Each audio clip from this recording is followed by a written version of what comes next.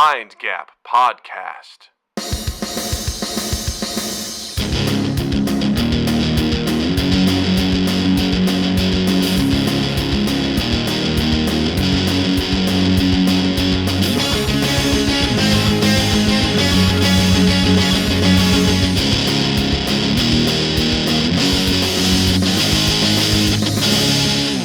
Hey everybody, welcome to Mind Gap Podcast. I'm Doug, and Justin has abandoned you once again.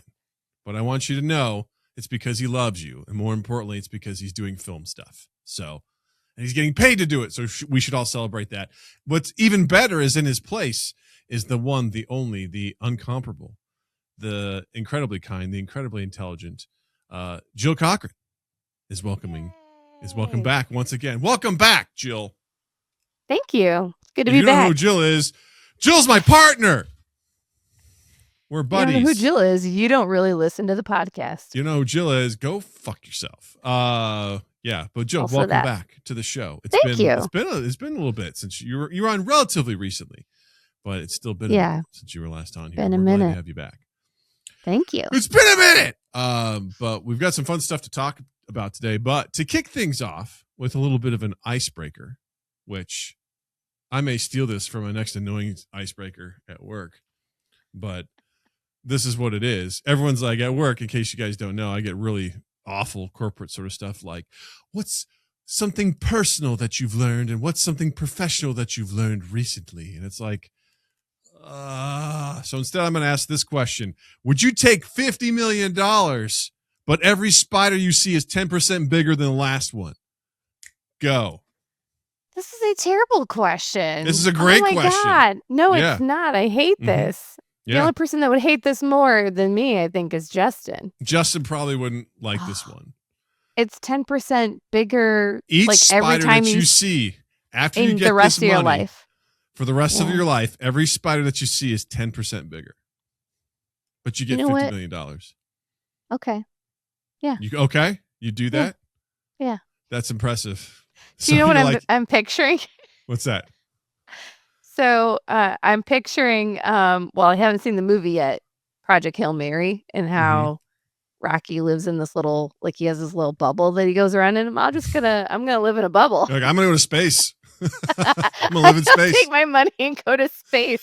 $50 million should get me there, right? Right? Somebody? Anybody? Get me to I could probably space. build like the International Jelly Bean Space Station, right? Like that'll cover it. Yeah. You just live in a peppermint bubble so no bugs ever come in. I could do that. Yeah. Anti-peppermint. Yeah, because that's the thing is like, you have to spot them, and everyone you see is just going to be 10% bigger, and you're like, over a long enough timeline, they're going to get pretty huge. Big. You're going to see all of them because they're never going to be hidden because you're going to be seeing them all the time. I guess that's the silver lining, is that they'll be easy to spot after a while. They'll become Doug size. And they just keep getting bigger every time you look at them. So literally 10% bigger. And I could use my money to buy weapons to combat them. Yeah. I would say that's probably a great investment is to start by getting a gun. I would just have a staff of spider killers. Like I would hire a staff. Yeah. That could just combat them. Other option, cut out your eyes so that you never have to see them. I would rather be able to see them than just feel the sensation of them. Like, what if they're But if you don't see them, they don't get any bigger. There you go. Just blind yourself. That's more terrifying. That's more terrifying. I can't do that. That's more terrifying. I can't see them. I'm not saying you have to go live in a facility made of spiders. It's just like, just don't look at them ever again, Oh, yeah, because that works. That just, That's that solves everything. Just don't look at it. You just close your eyes and don't look at it. Now, is there an animal or creature out there that would make this better or worse for you? Like if we were to swap out spiders for something, is there something you're like, oh, that'd be way better? Or is there one that'd be like, lots of things would be better unintentionally than better? Like what? The list of things that would be better is way longer. Cats. What would make it worse? Worse? Cats? No. Cats would make it better. I said that before you said worse. Worse would be like, I don't know, snakes. Spiders. Snakes. All right. So snakes in your mind, snakes are worse than spiders? I think so. Okay. Maybe. Interesting. I don't know.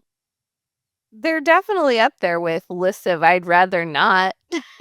I think snakes and spiders typically up there. I think Yeah. I find usually people are one or the other, anecdotally, not Mm. scientifically. Like people are either like anti-snake or anti-spider, but I suppose rarely a both. very giant snake would seem like easier to maneuver away from.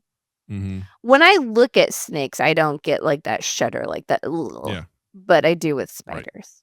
Yeah, spiders, you see them like hanging out in a little webby area, Yeah. and you're just Yeah. like, I remember the first time I saw a stink bug was in this house. We Mhm. heard about them. Us city Mhm. folk didn't know anything about them. Mhm. And I was working on my laptop late at night at this table over here in the kitchen. And I watched it basically cruise across half the room before I decided. I was waiting for it to get to basically I waited till it got above our sink so I could knock it down and Mm. run water down the drain so it would go away. Because I Mhm. was told you're not supposed to smash them because they stink. They stank. And the idea of me like getting a hold of it to then take it to the toilet to flush it was like, no.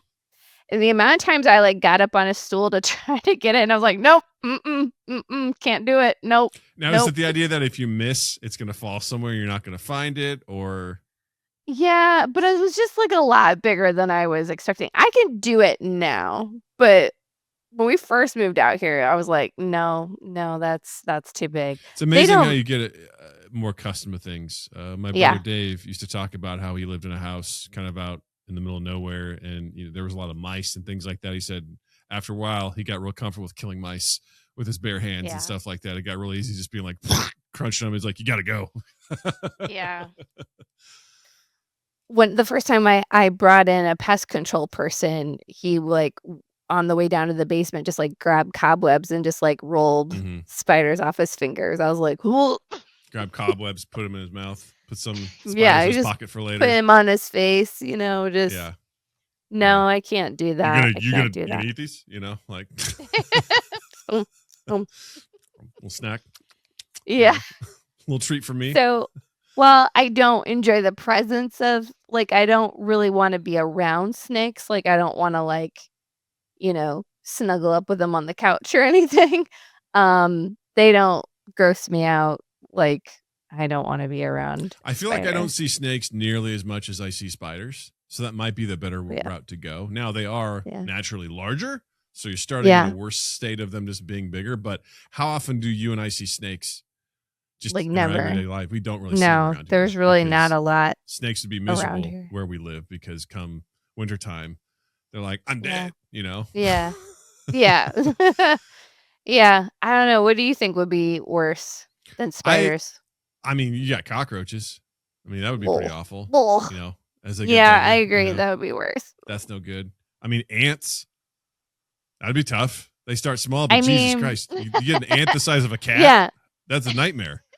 Yeah, like in the Ant-Man movie, it's kind of creepy when they get big. Yeah, I mean, Honey, I Shrunk the Kids. I mean, that scene where they're like riding the ant and stuff like that. I'm like, man, that thing would fucking murder you. And not only that, it can lift so much more than its own body weight. It's crazy, Yeah. I heard someone suggest shrimp would be interesting, but then also someone noted like the mantis shrimp is in there. And if that thing starts getting bigger, that thing will destroy the world.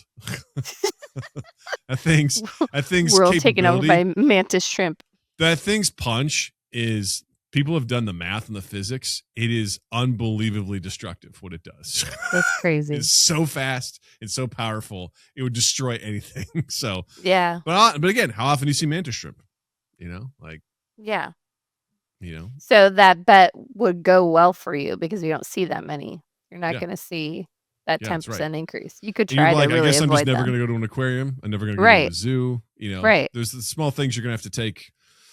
Just be like, listen, Jill, take Natalie to the zoo. I won't be going because I got us $50 million, and that is the price that I'm going to have to pay to never go and enjoy nature. So I got to protect our investment.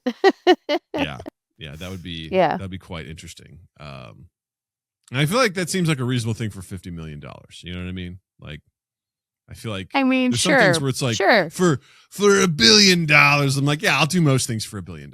Like that's It's not that big of a deal. For this one, I'm like, it's tough with spiders though, because It spiders, is. you see them a lot. So I think that's risky. I don't know if I would do it because I don't really have a lot of agency of what I can do to stop myself from seeing them because they're just kind of Yeah. always around. So I think it's a risky deal. And also, you got to think if they're getting bigger because of you know what I mean? Like all of Everybody a sudden, hates you.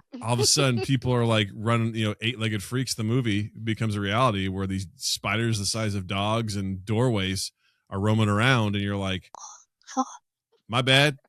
But I got $50 million. This is the most American thing you could ever do. It's like, yeah, but what about me? Like I'm good. What about you? It's a metaphor for climate change is really what it is. Like I'm profiting and I'm enjoying it, but fuck everybody else and fuck the future, So Yeah, basically. yeah. Are you that Right. guy? Let us know in those comments. youtube.com/mindgappodcast.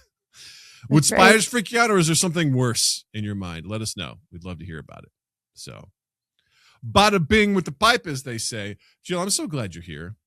Just in my life in general, but particularly on this podcast. I'm glad You're here. welcome.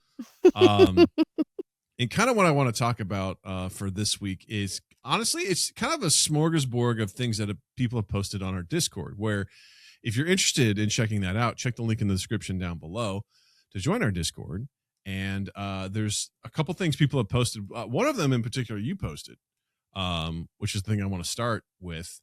You posted a little meme. And the meme goes like this. It shows a little image of old school Super Mario Bros. It says, a psychologist recently explained something interesting. Sounded like you just purred. I know you just. Oh, that was my microphone. Sorry. That My was bad. hilarious. I was like, ooh, kitty cat. The meme goes, a psychologist recently explained something interesting.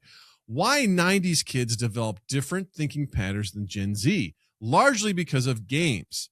Back then, no autosaves, no hints, just 3 lives. Games like Super Mario Brothers and Prince of Persia taught fail, restart, keep going. You had to earn progress. Games like Tetris and The Legend of Zelda trained maps and patterns, building memory, navigation, and patience. Finish a level, turn off the console. No infinite dopamine. Play was social, one couch, one screen, real conflict, and cooperation. Today, games like Fortnite and Roblox are endless with autosaves and reward systems that keep you playing. They hold attention, but don't train completion the same way. The difference is simple. 90s kids built focus and tolerance for failure, while today's players are shaped by constant stimulation. What do you think about this? Was the question of this. I think the person that wrote this is obviously a 90s kid. And they're just like, I'm the best.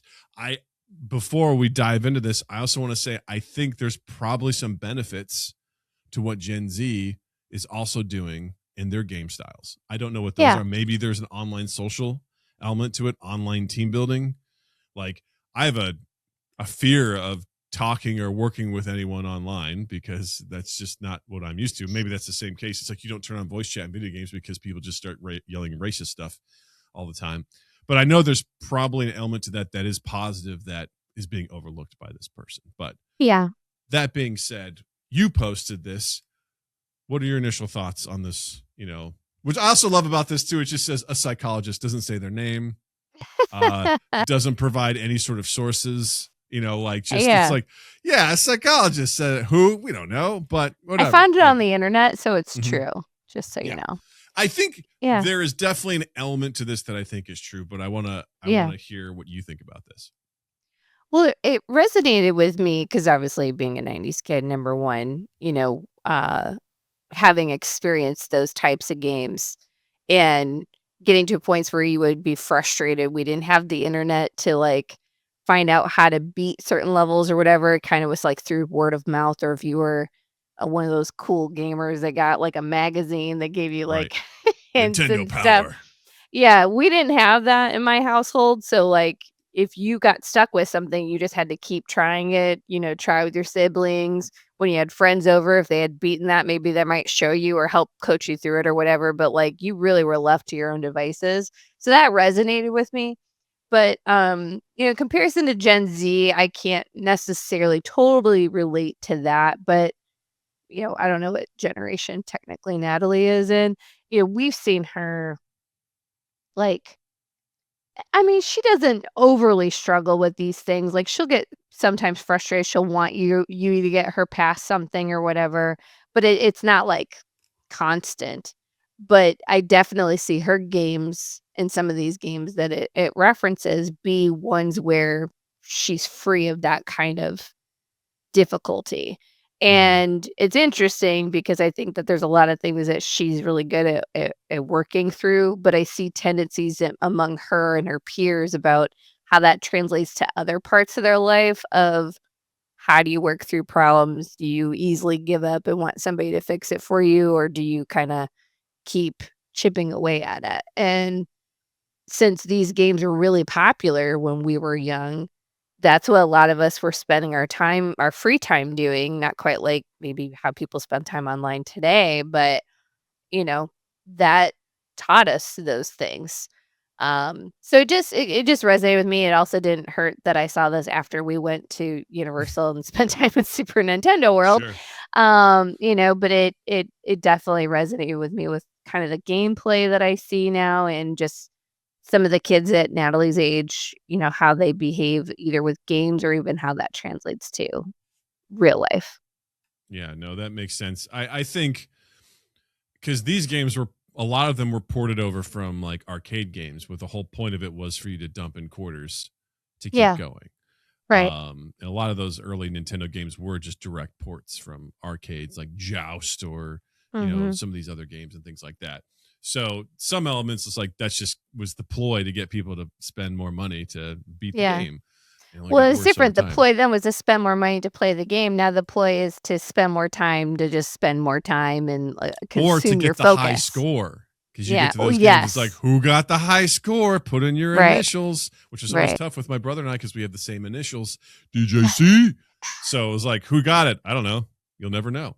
But what's interesting about this is these games were, it was very possible to pop in the game, play for a little bit, and then leave. The game did not, they were not designed to keep you playing Mhm. like forever. Right. Like they are today. The whole point of the day is like how long this game takes you 80 hours to beat. 80 Yeah. hours. Or it's something like Candy Crush that's just endless sort of things that will like get you hooked and then artificially gives you lives. It's like, oh, you gotta wait, or you can pay money, you can get more lives, like that kind of bullshit.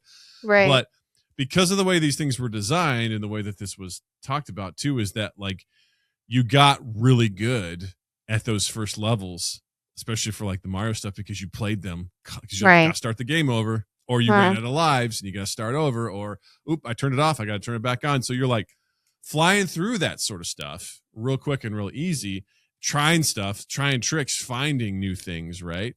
And then I remember one time, I can't remember who this was, but when I was a kid, someone came over to our house. It was like a friend of my parents. I know, weird, right? They had friends, but he showed me the infinite lives trick, where So you get a shell towards the end of a level and you yeah. just set it so you just constantly bounce on it, and you just let it go, and then you just get so many points, you just start getting infinite like lives. I remember him Yeah. showing me that and I was like, whoa, that's crazy. And I was like, I'm never going to try that again, I'm good. So or So learning many things free like, guys. or they built stuff in like Super Mario Bros. 3 had the whistles, right? And same thing with like, Legend of Zelda and things like that. Like they built in some certain things like that, or the Konami code, right? To give you Uh-huh. your 30 lives in Contra and stuff like that, so that they can help you along. But games like, did you ever play anything like Prince of Persia? Oh man, it's like a puzzle game that just, it's truly like you just try stuff, like you try and see what happens. What is this? I'm trying to remember this game. This is what it is. I literally think, yes, I was thinking about this last night. It's called Another World, or it's also, I think it was known as Out of This World. And when Hmm. you look at it now, it looks like absolute dog shit. But it was on the Super Nintendo. And this game like has no instructions. And you literally just like, you're a human who gets transported to an alien world. And you just go. It's That's like you cool. just start walking around and then shit happens to you. Like one of the first levels you get is you're walking around and this boulder moves and it's like some sort of dog creature and it starts chasing you. And you're like, oh my God, what do I do? And like you get Yeah. mauled by it. And it's like, all right, try again. And you're like, okay, what do I do? And you're like, I'm just going to run past it. And you're running. You're like, okay, cool. There's a pit.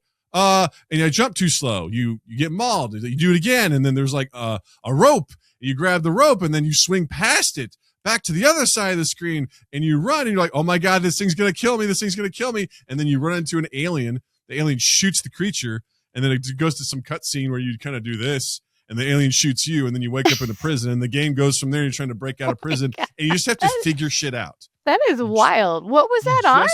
It was on the Super Nintendo. Okay. Wow. And you have to never figure heard of shit that out. one. There is no instructions. Yeah. There's nothing. And there was something pretty rewarding about that, to just kind of like fumble around and be like, right.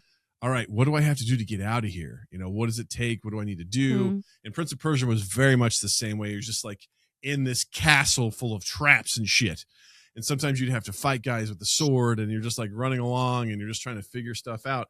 And there is something I think that builds into the mentality of like, honestly, a lot of that stuff is kind of in modern games like Dark Souls, where like those games are just intentionally hard, but that's kind of what we grew up with, where it's like, hey, fuck around and find out. That's kind of the point of this. Like, see what happens, fail, try again. And the element you brought up too about like, if someone in your household didn't know it, you're like, I guess I don't know what to do. You just had to keep working at it or, come across a friend. Progresses in households were stalled until someone's cousin was like, I figured it out. Yeah, exactly. Or someone's friend from school whose friend, whatever, visited and showed them how to do it. And all of a sudden you're like, oh my God, how do you do it? And then all of a sudden the knowledge is transferred.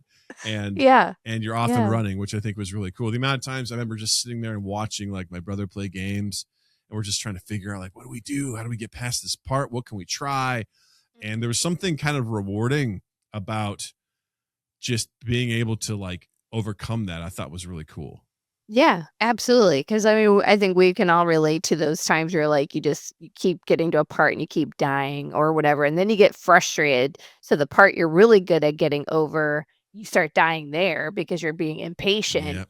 This whole cycle that you have to go through to finally just like slow down and figure it out. Like you're squeezing the controller, like you're getting so frustrated. And I've coached Natalie through that at times because like I remember doing that. And if you just hustle through the part that you can do to get to the part you're stuck on, you're probably gonna start dying earlier in that scene, and then you're gonna get really annoyed with that, and it derails from there. So I think it's important to just psychologically to know that like failure is a great way to learn. And that's kind of what those games I think unintentionally taught. Which was I don't think they were designed that way, but that was a benefit of it. Teach people a lot of lessons because honestly, I have no patience for those games anymore. Like when I boot up old Nintendo games, I'm like, I play it for a little bit. And I'm like, I think I'm done. I don't think I can handle this. And honestly, I've gotten to the point now too where when I was kid, I had so much free time. I had so much free time. I could sit there and just fuck around and try to figure that stuff. Now as an adult, I'm like, hey man, I'm playing an 80-hour game. I need to know how this interaction goes so I can make the right choice because I don't have time and I don't want to go back and do this all over again. And not only that, people have optimized everything. They know the exact right thing to do to how to build a character or whatever so that you're the most effective. And it's so tempting just not be like, well, how do I do this? Yeah. Because I know by me just fumbling around, I'm not going to be terribly successful. I'm going to be frustrated. Someone's already figured this out, so I might as well just go and look it up, which sometimes feels like cheating. But I'm also like, my time is valuable. So you can't sink 6 or 8 hours into just trying to figure out how to get through this level. You taught me that shortly after Natalie was born. You're like, you can't do this anymore, man. And I was like, you're right. You don't have 12 hours to spend on a Saturday to play games. Not anymore. Yeah. No, ma'am. But I think, maybe what some of these games now for the younger generations might teach them, some of those that it named in that post, maybe is like curiosity, kind of exploring and not be afraid to kind of wander around and just figure things out versus this sort of intensity around like, well, I got to do A. I got to do A. I got to do that. It's like, well, no, I can go here, here, here, there, or there. I don't know. That's one thing that comes to mind when we talk about like what are those games teaching people now. It might be that a little bit more slow, natural discovery rather than these games are also like here's the beginning of the level. Of course, I go to like Mario, type games. you're starting here, you're going to the end. Like It's it's very not. linear. Yeah. It's pretty linear. There's maybe some hidden stuff there here or there, but they don't really take you off on wild separate side quests or anything. Right. So And a lot of the massively multiplayer online role playing games are MMORPGs. Like the original ones were like, here's a quest, go fucking find out where it is. Yeah. Whereas nowadays, a lot of those things are marked on your map. It's like there'll be an exclamation point, or there'll be a circle. It's like somewhere in this area. Those old games are like, nah, man. They said to the west by the tree, and you're like, which one? It's like, you fucking figure it out, Doug. I don't know. You figure it out. It's a riddle. So you figure it out. It was very like brutal in that sense of like, I got to go and do this. And so a lot of that things, I think a lot of those games are kind of like they serve it to you now, which is also kind of fine because I'm like, I don't want to spend all day on this quest hunting blueberries for Bob the farmer. I want to love and become a hero, but Bob the farmer is like, but my blueberries, they're out to the west by the trees. Yeah. Can you find them for me? Well, that kind of reminds me of Natalie's game Wobbly Life. Like she does get little quests. Yeah. I don't know how much direction she gets, but it is like, go gather It's not a ton actually. Yeah. And some of the stuff I've looked up, I'm like, dang, that's kind of like you gotta hunt for that. And she's actually, that has given her more of an experience like you and I had, where like her friend, she's asking her friend who's gone through the game before, like, how do I beat this level, or how do I do this task? So she's kind of experiencing that a little bit with Wobbly Life, yet it is more of an exploratory type of environment. It's, for anyone who doesn't know, it's basically a kid's version of Grand Theft Auto. You can run around, steal people's cars, and just do whatever you want. But there are like quests and stuff, and it's kid friendly and whatever. Yeah, the amount of time and she the just like character is very wobbly and just goes and does stuff. It's very entertaining. So yeah. But yeah, I'm curious. Like again, I'd love to see like more of the interesting positive things that come out of the gaming experience nowadays. Versus the stuff that we had and what's going on. But yeah, I do feel like whoever posted this was just like 90s kids are better because we had it harder and we figured shit out by failing. Do you think that like you take the style of the gameplay then and these thoughts, like it makes me feel like we're probably more competitive as a result, right? Like it's not really so much about, well, not for me. It's not about like, well, Doug beat this level, so I need to beat this level. It's like you just want to beat it. You want to beat it, whether somebody else beat that level or not, or beat this game or whatever. You just want to be able to accomplish it. So I'm sitting here as you're talking going, did it make me more competitive? I don't know. Maybe.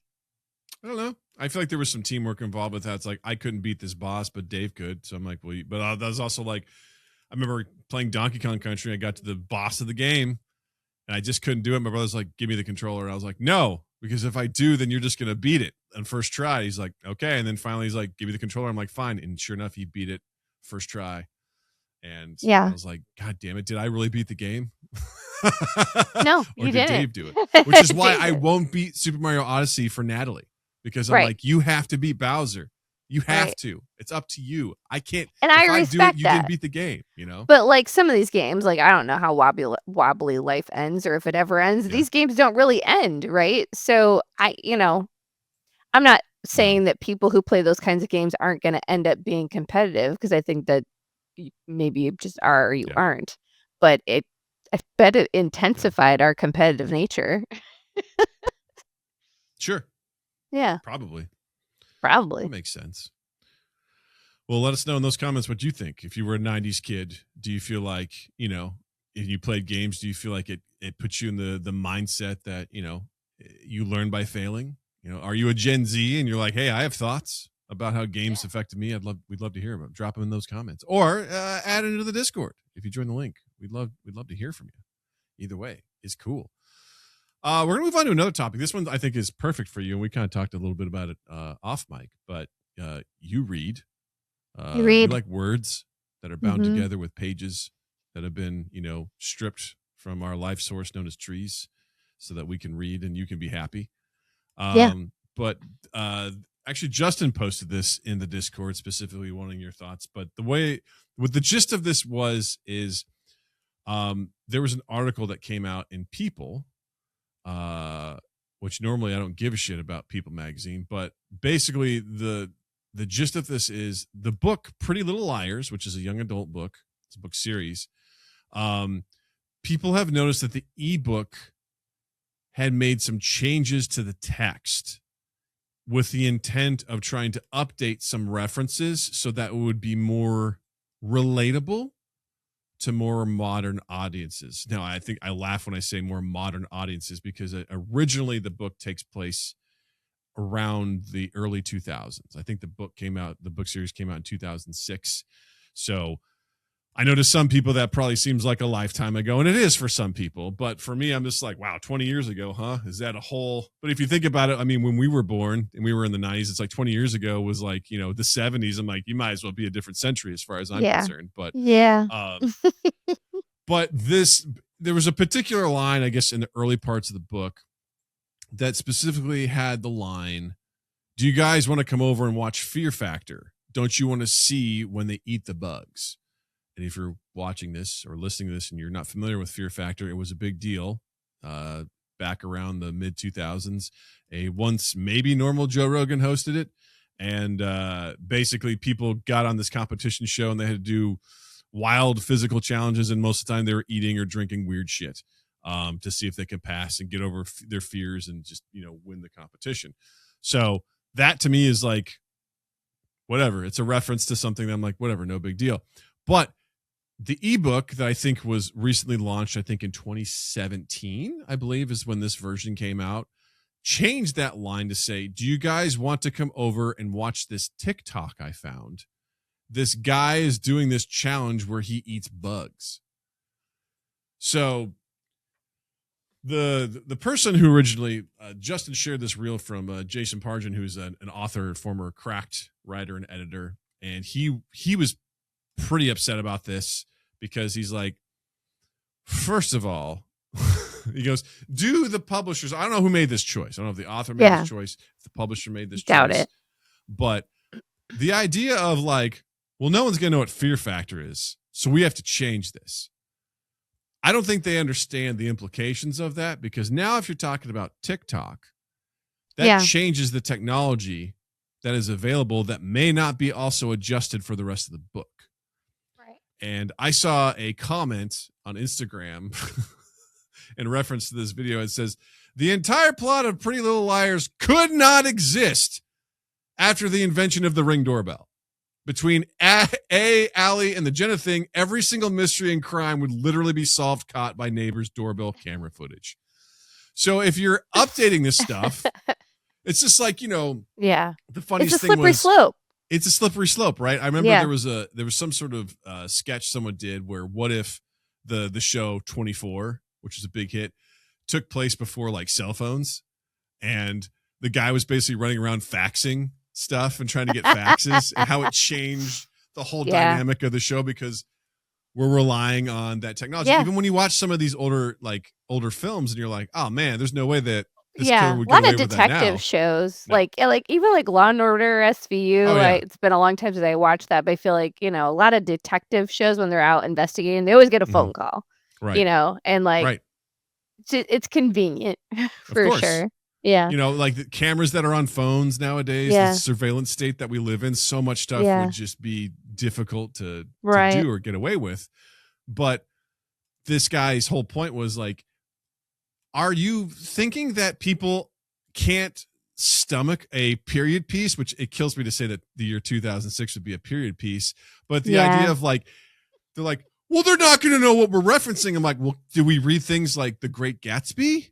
Or, Frankenstein or Shakespeare or, First of all, the fact that they would change it to, do you guys want to come over and watch this TikTok for like, this guy's going to eat, was it like a live? Like, when I don't really participate on TikTok, but I don't think I would ever invite my friends to come over to watch something on TikTok. You send them the TikTok. Like, that's what you do. So that, number one, like, we're not going to get hung up on that, but I needed to point that out. No, thank you, guys. I skipped over that. The idea is like, that's not something people do. No, you just send it to them so they can watch it too, or whatever.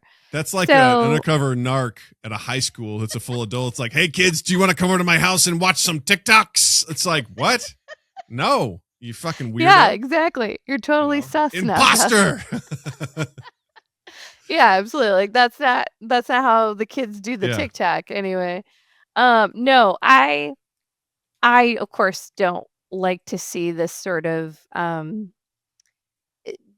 it makes me feel like you're dumbing down the reading because I recognize that, like, yes, as time goes on, there are going to be references, especially when you use a pop culture reference. Like, I think when that person wrote that book, they knew Fear Factor was a phenomenon and it would not be forever. That's the choice that you're making, and that's fine. As a reader, there are I don't look at it terribly different than like a word that I don't know when I come across in a book.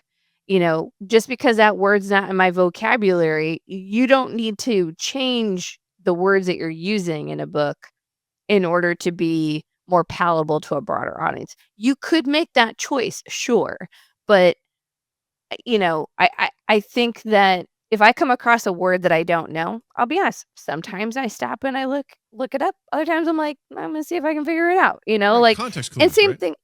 Same thing with a reference point. Sometimes I might be in a mood where I'm a little bit more curious, like, what is that? And other times I'm like, I really don't care.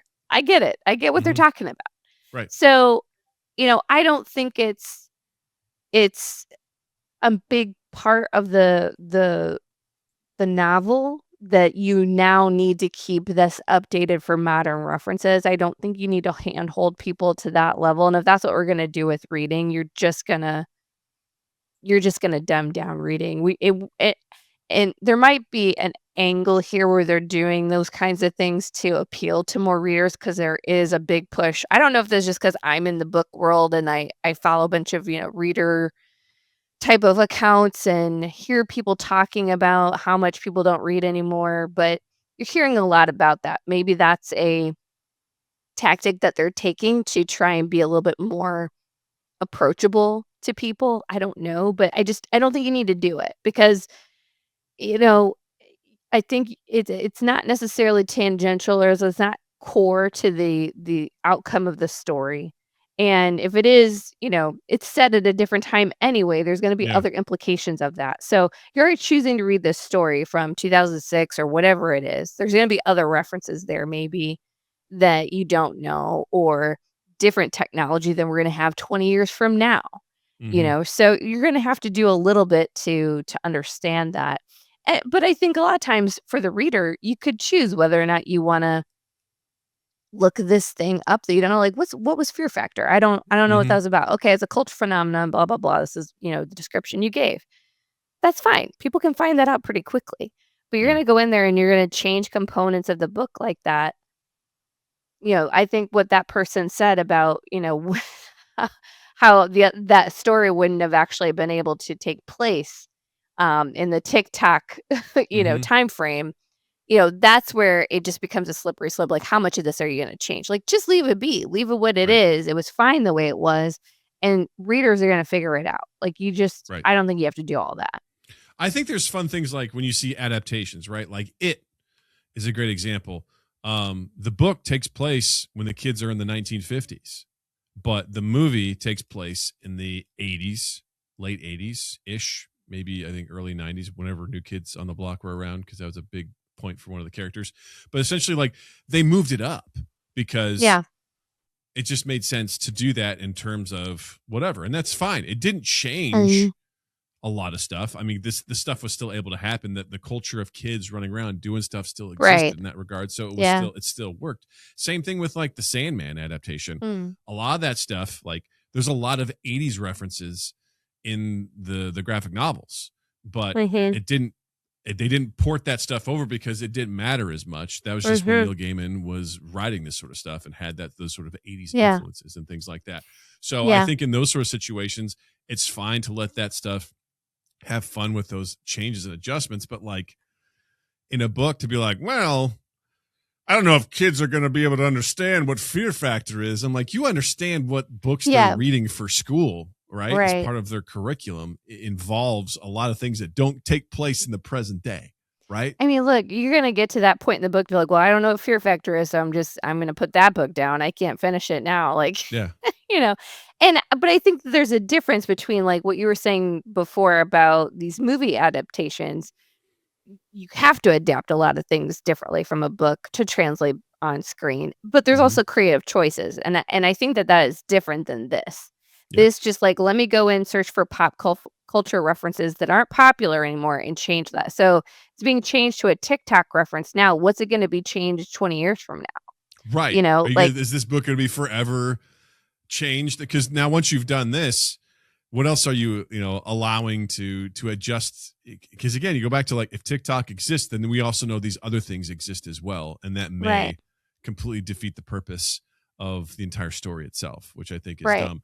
I So remember you took a reference that wasn't problematic and now you made it problematic because it's exactly contradictory to other parts of the story that you didn't change. Like it right, just, I don't think it's worth doing. Let it live in the period in which it was written, right. because that's going to be more, authentic across the board. Of course, absolutely. And I mean, there's a whole movie called Phone Booth starring what's his face? Is that a Jake Gyllenhaal movie? It's not a No? Jake Gyllenhaal movie. It's Colin Farrell.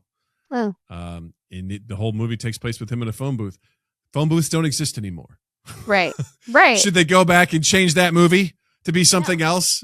Like it's like, no, Titanic. We don't sail on ships like that anymore. Is that movie pointless? It's just it's annoying to me that the assumption that you're making is that people are that dumb. Right. I remember before I read like my first Shakespeare history, kind of play, which, because there's, comedies, there's the tragedies, then there's the histories.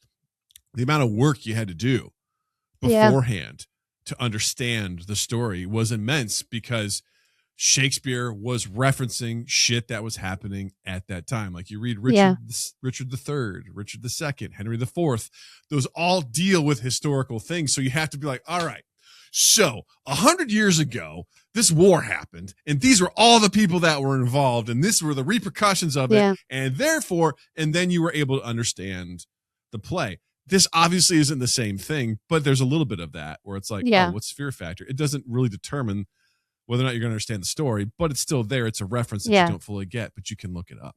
And I think we should trust that people will be able to figure this shit out. And also, if you wrote a book whose whole thing was that pinned on whether or not fear factor worked in this, then maybe that's not a good story. I don't know. Right. I mean, I think there's a possibility because it's a young adult novel, and I believe it's recently gained a lot more popularity again. I think they turned it into a series somewhere. So there could have been pressure or a feeling like we need to change this. We want, to pull these younger adult audiences in to not only read it, but to watch the show, that in order to appeal to that generation, maybe they wanted it to match, the things that they're into. I do understand the thought process there, but not to actually follow through with it.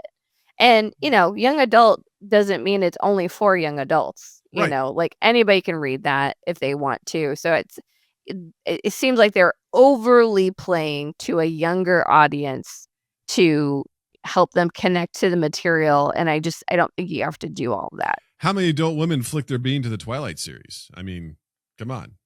Am I right? A lot. Answer the question, Jill. You're under never oath. read it. Never read it. Never flicked my bean. Never read it. I got one other quick thing here. I just want to throw because someone threw this in a few days ago. But they're like, "Would you want to live in a world like this?" And it says, it's a YouTube thing that comes up, and it says, "You won the ad lottery. This month you'll watch ads, so 22,000. Or you'll watch only ads." So that 22,709 users can enjoy YouTube without ads. And your choice is like invite a friend to help or, oh, okay. That's hilarious. So whenever you pull up YouTube, the only thing you're going to watch, it says it's like sponsored 2 out of 9,604. Oh my God. Time left 95 hours, 58 minutes, 7 seconds. So you just just leave it on and walk turn away. It on and just be like, cool. Let so it go. 22,000 other people can have no ads. I'll take that. Or you can invite people to help you out with it. You know, I'd do it. Yeah. you do it. Yeah. Why not? It would suck if I really needed to use YouTube for something. Be like, Yeah. all I get is ads, man, for the whole month. Oh my God. I like that. See, that's how we build community again in a digital world. Right. By helping each other out. I'm going to watch your ads for you so you don't have to. No, I think My really gift what we to ought to you. do is we ought to go to YouTube and burn it down. I think that's really what we could do that That's too. really what this Or is, that. you know, Yeah, and be like, that's listen here, also a motherfuckers. possibility. Yeah, I mean, I just said this earlier today. We were talking with our neighbor. We were talking about a number of things and talking about putting on YouTube. I typically, after Natalie goes to bed, I used to always put on YouTube and put on some lo-fi, cool vibes music in the background for myself, set the vibe, but also keep the dogs from hearing dogs outside or coyotes outside. And if they couldn't hear it, then they don't bark and wake everybody up in the house. And I've stopped doing it because the number of ads is just so out of control now It's that egregious. It's egregious. When I watch stuff on my phone, I think I maybe go 30 seconds to a minute and a half, and I'll get an ad. They're quick ones for usually garbage mobile games. But it just gets constantly interrupted, and it's super annoying. And I'm like, this sucks. Yeah. This sucks. This really sucks. Because what they want to do is they want you to sign up for YouTube Premium where you won't have to deal with ads. Right. But you pay a monthly subscription. I'm like, fuck you. And the horse you rode in on. I'm not pretty doing much. that. I'm not subscribing to something else for a monthly thing for another thing. But hey, I'm a lawful good dude. Like, if I knew that almost 23,000 other people would get an ad-free experience for a month, I'd be like, you know what? I'll do it. Yeah, and then like it's like jury duty. Well, jury duty probably doesn't work like this. Like once you do it, you should be off the list for a little while. I agree. Based on the number of people that are using it, you know what I mean? And maybe it's like how many, because you think of how many users are out there. I mean, I'm sure there's a certain number of people per month that are doing this, but I'd like to think that you would get an exemption for a while before again, you would possibly be added to the list again to be able to get. I hope it would work that way. That would be cool. I'd like to think so. I'd like to think so. But you know what they do is the rich people would probably just find a way to opt out of that and just pay for it, so they wouldn't have to do with the lottery. So it's the way the world works, baby. But my thing is, if I ran that company, I'd be like, "Fuck you! You're all using this. You all get thrown. I'm gonna Thanos you. You're all on the chopping block. Snap my fingers, and we'll see who comes out the other side. Meritocracy, baby. Let's go. Yeah. Even Stevens, as they say. Cool. I sign up for that. Well, that's good. Let us know in those comments if you would do that, if you would sign up for the ad lottery, and if you'd be a good person or not. We'd love to know. It's okay if you don't want to be a good person. I understand. It's okay. But we'll just silently judge you. But for our game segment, I'm bringing back something that we've done before, and it's one of my favorite things, and it's called, is it LinkedIn or is it AI? And how this is going to work is I'm going to read you something, Jill, and your job is to determine, is this a real LinkedIn post that a real human being sat down, typed out, and clicked send to? Or is this something that was generated by myself via AI to make it seem like it was a real person that did this? So, simple rules, but I want you to see if you can figure this out. Are you ready, Jill? I'm ready. Are you ready to be sad? I'm ready to be grossed out. Yeah. Disappointed. Because this is like, humanity. Alien versus Predator, whoever wins, we lose kind of situation. Yeah, like LinkedIn or AI, they both suck either way. It's going to be rough either way. All right, here's your first one. All right. Unpopular opinion. Humans were happier back when they were working 6 to 7 days per week. Example, on their own, self-owned, isolated family farm. If the work week was reduced to only 4 days, it would drastically increase depression and misery even more. Most humans don't do well mentally with leisure time. Jill, is that real, or is that an AI-created response? It seemed contradictory to me, so I'm going to say, well, it started off saying that we were happier. We work 6 to 7 hours a week, but then 6 to 7 days a week. Oh, sorry, 6 to 7 days per week. But then if we work only 4 days, then I don't know. Yeah. Wait, so basically, they're saying we were happier when basically we worked almost every day during the week, and if we only work 4 days a week, we're going to be miserable. Is this like a CEO of a? a Fortune 500 firm that works in the office 5 days a week. It could be, or it could be AI. I'm gonna say AI. You can say it's AI. What does your heart want it to be? What does your brain tell you? I want it to be AI because I don't want to hear anybody talking like this. But it's probably unfortunately, this is a real person. Is it a CEO of a big company? Well, their name is Scott Hughes, and they're a webmaster at onlinebookclub.org. And this is what Scott. So it's a bot. That sounds like a bot to me. I mean, onlinebookclub.org. Yeah. That like Scott Hughes. Scott Hughes, never heard of him. Yeah. So that guy's like, we're better when we work 6 to 7 days a week. The guy who works for onlinebookclub.org says we don't know how to use our free time? That doesn't make any sense to me. Because if I'm working 4 days, if I'm not parenting or sleeping, I'm reading. Well, Jill, find Scott on LinkedIn and fucking pick a fight. Let's go. I'll back you up. I got some words for Scott. Scott, you're working for a place that's literally about leisure time. You fucking idiot. He should get fired. By the way, he's a fucking moron. All right. He's not doing a good job promoting the book club. Just saying. All right. Here we go. Next one. I'm proud to announce that I just graduated from college. Why announce it now, 9 months later? Because just like a baby spends 9 months marinating in the womb, I too was stewing in the amniotic fluids of the real world. Only once fully realized was I ready to be born. Now done cooking inside of corporate society, I've been birthed as an entirely new person. Hungry, growing, and learning. I'm figuring out how to handle whatever gets thrown my way. Here she comes, world. This is horrible. Is that real? Or is that an AI-generated post? All right. So I hope that it's AI. Mm-hmm. I think it's AI. You think it's AI? Jill, I've got bad news for you. Are you serious? This is a real post. God. Their name has been blacked out, but there's a picture of a woman in a graduation sort of like outfit with her little scarf around, and she's holding out like dollar bills in front of her. I shouldn't say dollar bills. I'm sure they're. I will say from the beginning, it sounded like a real LinkedIn post. Right. But God, the analogy of. I know, right?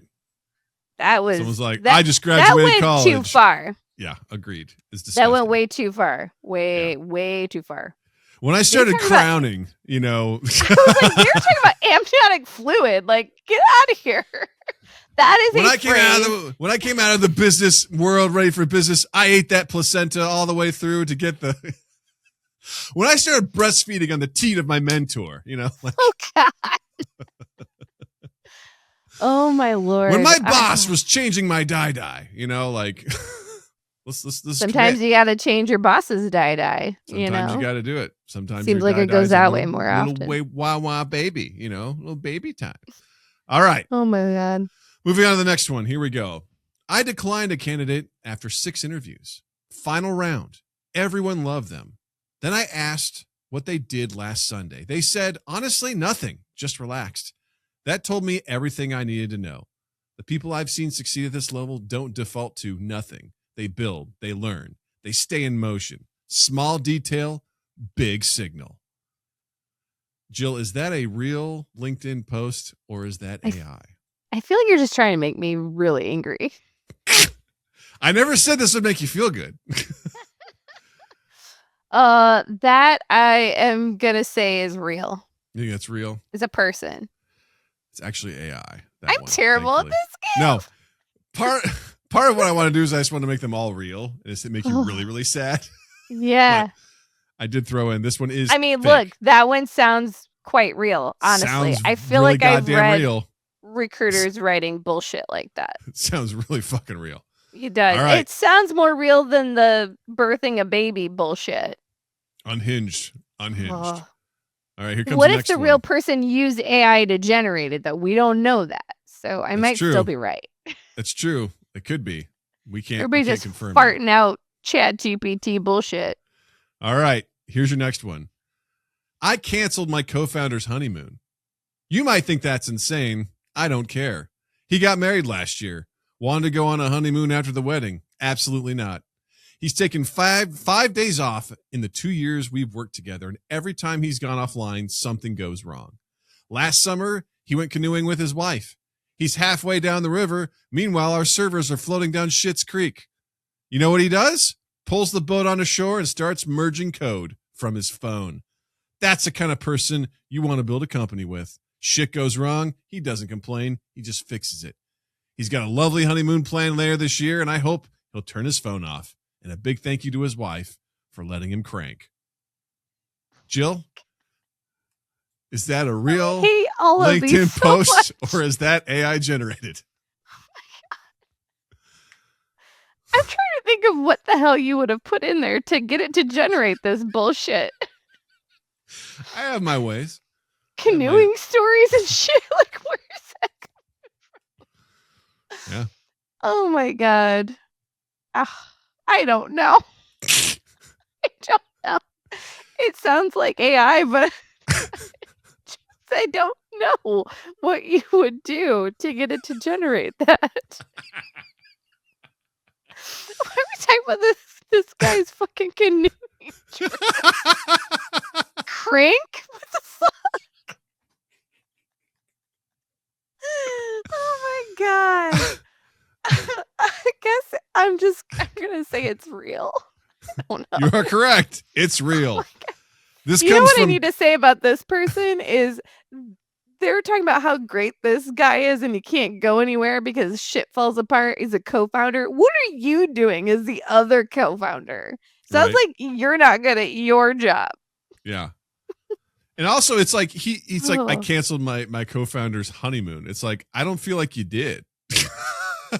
Like he's also like, and he's planned another honeymoon for later this year. Hopefully he turns his phone off. I'm like, well, based on everything you just said, it's very contradictory. You basically said, here's why he can never go on vacation, but I hope he turns off his phone. I bet you don't. I bet he keeps it on so he can crank at a moment's notice. Yeah. Also, shout out to his wife who's like willing to ruin their canoeing trip so he can crank one out on the side of the riverbank. Yeah. This comes from Clint Dunn, co-founder at Hazel, whatever the fuck that is. So I feel like I've heard of Hazel before. All right, Jill, you got one. Ding, ding, ding. I got one. Hallelujah. I've got 3 more. Are you ready? Oh, Lord. All right. Here's your next one. I was 12 years old when I walked into my home and found my mom deceased. 14 years later, I opened my first Chick-fil-A franchise. Is that real or is that AI generated? That's all it is? That's real. That's real. It's Somebody totally thought that was real. they thought that was a complete story. 100% that's real.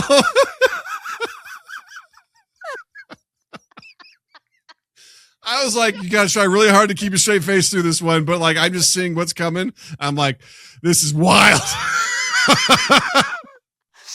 Oh my God. I was 12 when I walked in the house and found my mom dead. 14 years later, I opened my first Chick-fil-A, baby. Wow. What a story to tell. Woo. That's from Brandon. Last name has been blacked out. Business owner at BJH Hospitality Group. Oh. Woo. Good job, Brandon. Okay. Okay. All right, here we go. Pentultimate one. Here we go. I tested something last hiring cycle. 2 identical candidates, same experience, same interview performance. One sent a thank you email 6 minutes after the interview. The other one sent the next morning. We hired the first. Not because of the email, because people who move fast in small things usually move fast in big ones too. Jill, is that a real LinkedIn post or is that AI generated? It sounds real. Thankfully, it's stupid. It's AI generated. Thankfully. 6 minutes? Because I would say, sure, you could look at it that way. You could also look at it like you're desperate. Speaking of desperate, Bruno is desperate right now. Bruno's been giving you a hard time. Bruno, we got one more, bud. Bruno knows it's past his dinner time. He's like, I want to eat. Right. All right, Bruno, we're going to wrap this up, buddy. All right, here's the last one. He's going to be okay. We had a candidate cry in an interview once, mid-question, apologize, said they were overwhelmed. Everyone on the panel felt bad. we still didn't move forward. Not because they cried, because the role gets harder than that. Empathy matters, but so does context. Jill, is that real? Oh, Or is he's that making AI me so generated? mad. Empathy matters, but what? But so does context. Okay, speaking of context, what was the question that they Right. asked? Right. You know? Exactly. Oh, Yeah. I don't know. I'm going to say it's real. Thankfully, it's not. It's Oh AI my generated. God. Oh, Jesus. Jill, you That survived. was rough. That was hard. That's the thing that's crazy, man, is like people post some wild shit on LinkedIn, man. It's crazy. But people are like, I feel comfortable sharing this information. It's like, okay, Yeah. you're weird. Yeah. You're fucking weird. Well, I mean, the types of posts you see from like hiring managers can be like that example saying, we did hire them because empathy matters, Mhm. but I've also seen the opposite. The thank you note, 6 minutes or the next day. I've also seen stuff like that. Like, Yeah. oh God, that makes me so angry on so many levels. It's tough. LinkedIn Yeah. sucks, y'all. In case you didn't know, it sucks. It And I hope sucks don't when have to you spend time can't there. tell the difference between Yeah. real gross people who've riddled that website with nonsense now over the last, I don't know, 20 years it's been around or so. Yeah. To AI, farting out some hilarious examples. That's pretty bad. You can't tell the difference between these things. Yeah, for sure. 'Cause everybody's got a hot take and it's got a cool story, about what they did in this situation, and that's a bunch of nonsense. They're all converting their real life moments into content. Oh, my Lord. Well, Jill, before we go, let's do recommendations. Is there anything you'd like to recommend to people, whether it's a book, a movie, a TV show, music, anything at all? I would like to recommend Project Hail Mary Yeah. as a book, and I haven't seen the movie yet, but I believe it's going to be good. Mhm. So I would recommend both. I was gonna see if I could find this group that I started listening to on Apple Music. I tend to like to listen to kind of instrumental stuff when I'm reading, but I need to block out kids shows or Mhm. whatever else is going on in the Me running background. around farting. Yeah, pretty much. Mhm. While I love Vitamin String Quartet, like I've listened to the stuff that I have so much that I've kind of gone on to Apple Music and had it, recommend some stuff for me. Oh, here it is. They're called Brooklyn Duo. And I don't know anything about the two people that are in this duo. I don't know if they are friends, if they are just musicians that found each other. They might be brother, sister. They could be in a relationship. I don't know. There's a duo. They've done some stuff, and from what I've heard of them, I do like what they do. She plays the piano, and he plays, I forget, some kind of a string. Cello? Oh, there's a picture. Marnie Laird on piano and Patrick Laird on cello. They are married. Yeah. Whether or not they're brother and sister, I don't know, but I can confirm they are married. So they don't look like they're siblings, but don't want to assume that they're married just because it's a male and a female. But cool. I have only recently started using Apple Music, so I'm an early user of that, and I usually pick a vibe that I'm going for, whether it be focused or chill or something like that, and have it play some stuff. But they come up a lot on whatever rabbit hole I've gone down to, and I like their stuff. So, that's awesome. Yeah. Very cool. So there's some music for you. I'm going to recommend Alien Romulus, currently streaming on HBO Max. I'm a big fan of the Alien franchise, not every single movie, but in general, I love the first Aliens, even Alien 3 gets kind of muddled in there for some of that sort of stuff. But this was solid, really good. It's not without its issues, but I think it's worth checking out if you like the Alien franchise at all. It's pretty cool. I recommend it. So that's my suggestion. Dogs are all mad and barking, so that's our cue to wrap this up. I want to say, hey, everyone, thank you for listening and watching. YouTube.com/MindGap Podcast. Hit the like and subscribe button. Leave us a comment on anything we talked about in this episode. Also, be sure to check out the link in the description for our Discord, Patreon, our merch. And also be sure to share us around wherever you listen to your podcast, rate and review us. We'd love to hear all about that and to share the good word, the good gospel of the Mind Gap around the universe. We'd greatly appreciate it. And with that, I will say, Jill, thank you so much for filling in for Justin. I appreciate you. You're welcome. You're welcome. And with that, I will say, listeners and viewers, thank you. And you all have a dandy fucking week. Mind Gap Podcast.